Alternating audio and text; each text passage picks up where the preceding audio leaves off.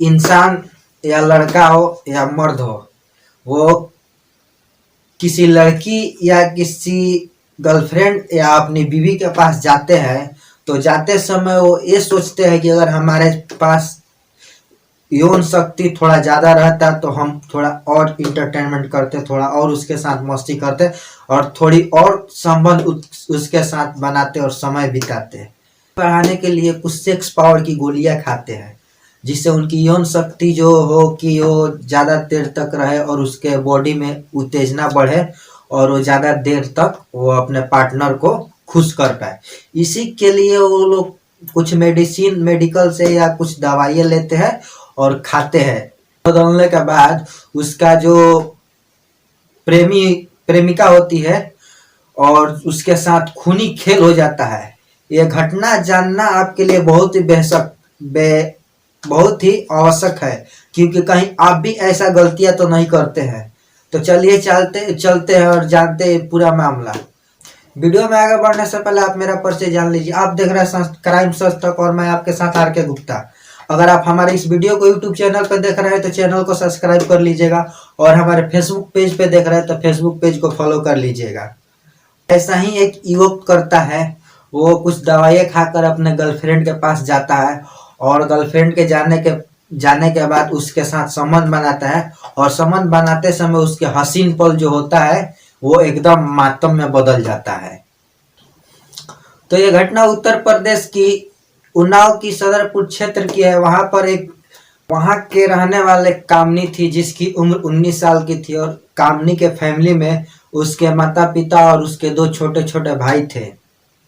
नवंबर की रोजाना की तरह माता पिता उठते हैं और फ्रेश होकर वो अपने अपने जॉब पे चले जाते हैं और जो उसके छोटे छोटे भाई होते हैं वो लोग भी तैयार होकर अपने स्कूल के लिए निकल जाते हैं और कामनी घर में जो है वो अकेली रह जाती है और वो घर में रहने के बाद वो अपना पढ़ाई करने लगती है। जबकि कामनी बीएससी सेकेंड ईयर की पढ़ाई करती है और पढ़ाई करते करते वो दोपहर हो चुका था और 3 बजे वो दोनों भाई उसके स्कूल से वापस आते हैं। वापस आते समय वो बड़ी बहन को आवाज़ देते हैं, घर में बड़ी बहन की आवाज़ देते हैं और उसके तरफ से कुछ रिप्लाई नहीं आती तो घर में एंट्री करते हैं और घर में एंट्री करने के बाद उनके जो खून के निशाने दिखते हैं तो खून के निशाने देखने के बाद खून को निशाने को फॉलो करते आगे तरफ जाते हैं। तो आगे जाने के बाद उसको अपनी बहन को देखते हैं कि उसकी बहन पूरी खून से लथपथ पड़ी हुई है जमीन पे, तो चीखते हैं और उन दोनों बच्चे को चीखने और चिल्लाने की आवाज़ सुनकर घर के अगल बगल के और बाजू के लोग आ जाते हैं और आने के बाद बच्चे से पूछने लगते हैं कि क्यों चिल्ला रहे हो। तो बच्चा घर के अंदर लेके जाता है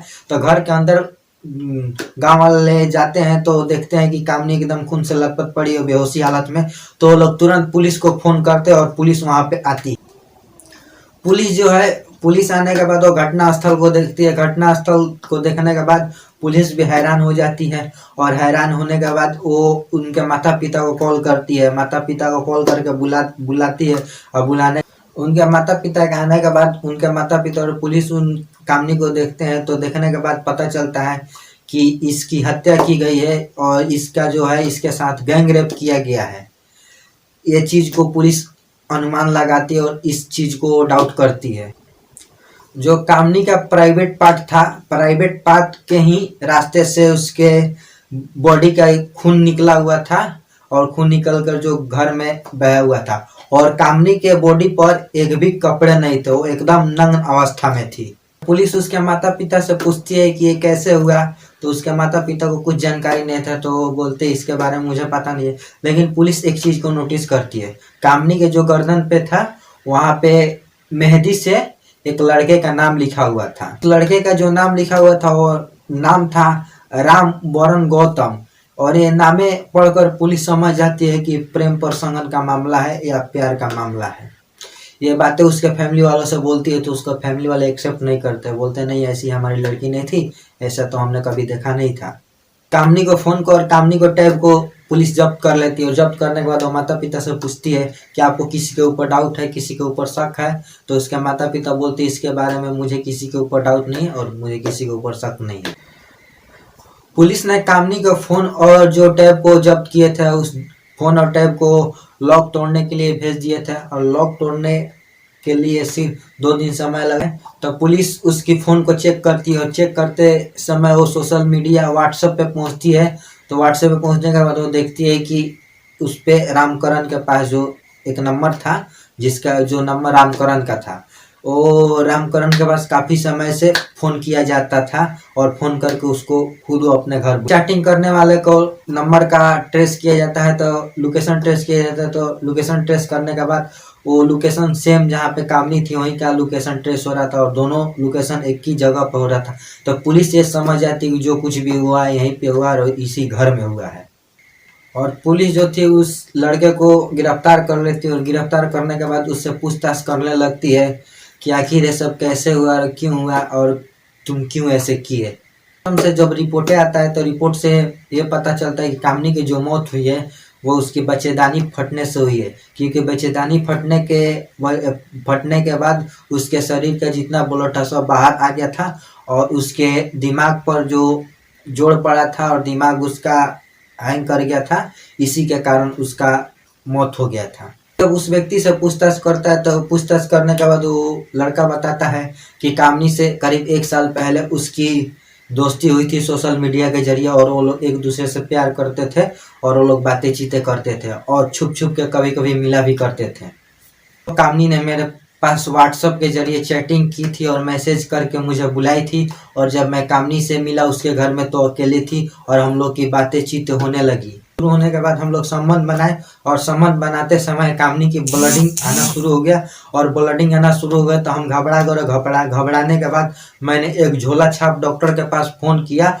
और उसको सारी समस्या बताया। तो डॉक्टर ने कुछ उपाय बताया, उस तरह से मैंने फॉलो किया, लेकिन इसकी ब्लडिंग नहीं रुक रही थी और ये बेहोश हो गई थी। तो हम भी पूरा घबराए हुए और घर में घबरा जाता हूँ, डर जाता हूँ और डर के मारे वहाँ से मैं भाग जाता हूँ। ये हत्या मैंने नहीं किया हूँ।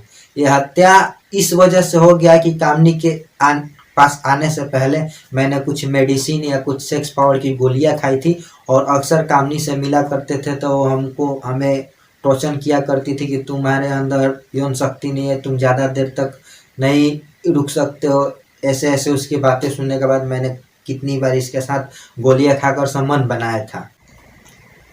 पुलिस को उसके बातों पे यकीन नहीं होता और पुलिस को यहाँ तक लगता था कि ये इसके साथ इसका दोस्त लोग भी हैं 2-3 और इस चीज को यकीन नहीं होने के बाद वो क्या करता है, उसके दोस्तों को 2-3 को गिरफ्तार कर लेता है और उठा कर लेकर चला जाता है थाने में। पुलिस उसके दोस्तों लोग से पूछता है तो उसके दोस्त लोग बोलते हैं कि जो रामवरण है वो नशे की दवाइयाँ खाता है, गोलियां खाता है और कुछ नशेड़ी टाइप का आदमी है। वही इस तरह का हैवानी और दरिंदगी कर सकता है। पुलिस अपने आंखों के सामने और अपनी नज़र के सामने कामनी को बॉडी को अपने ही नज़र के सामने दाह संस्कार करा देते हैं और दाह संस्कार कराने के बाद उसके फैमिली वालों से बोलता है कि इसके बारे में हम लोग छानबीन कर रहे हैं और कोई गौतम को वो पुलिस जेल में लेकर चले जाती है और जेल में ले जाने के बाद, लेकिन इसमें सबसे बड़ा चीज़ ये है कि जब भी लड़के हो या मर्द हो, जब भी अपने प्रेमिका और वाइफ से के पास जाते हैं रिलेशनशिप में तो सेक्स जैसी पावर की गोलियां खाते हैं। दोस्तों आज का जो हमारा कहानी था वो कहानी बताने का उद्देश्य ये नहीं था कि किसी के भावनाओं को ठेस पहुंचाना और किसी को टारगेट करना। हमारा कहानी बताने का उद्देश्य ये था कि जितने भी माता पिता है और जितने भी लड़कियां अपनी कॉलेज लाइफ में है उन पे ध्यान दे कि उनकी बच्ची क्या करिए, कैसे पढ़ाई करिए और कैसे क्या करिए। हमारा समाज में एक यही उद्देश्य था कि जितने भी माता पिता है वो अपने बच्चे और बच्ची के ऊपर ध्यान दे। कोई कितना भी बड़ा जॉब करता हो, चाहे कोई कितना भी बड़ा बिजनेसमैन हो, वो एक नज़र अपने बेटे और बेटी के ऊपर जरूर ध्यान दे। और हमारा उद्देश्य बताने का यही मकसद था क्योंकि हमारा उद्देश्य था कि अपने समाज के लोगों को सतर्क करना और ऐसे ही लोगों को पहचान करना जो कि हमारे घर के ही आजू बाजू में रहते हैं और हमें पता भी नहीं चलता है। तो बस दोस्तों आज का वीडियो यहीं तक था और जाते जाते मैं एक बात बोलूँगा, अगर आप हमारे चैनल पे नए हो तो चैनल को सब्सक्राइब कर लीजिएगा और बेल आइकन दबा के ऑल पे प्रेस कर दीजिएगा और हमारा वीडियो अच्छा लगा तो लाइक कर दीजिएगा, कमेंट कर दीजिएगा। तो चलिए दोस्तों मिलते हैं फिर एक नेक्स्ट वीडियो, तब के लिए जय हिंद जय भारत।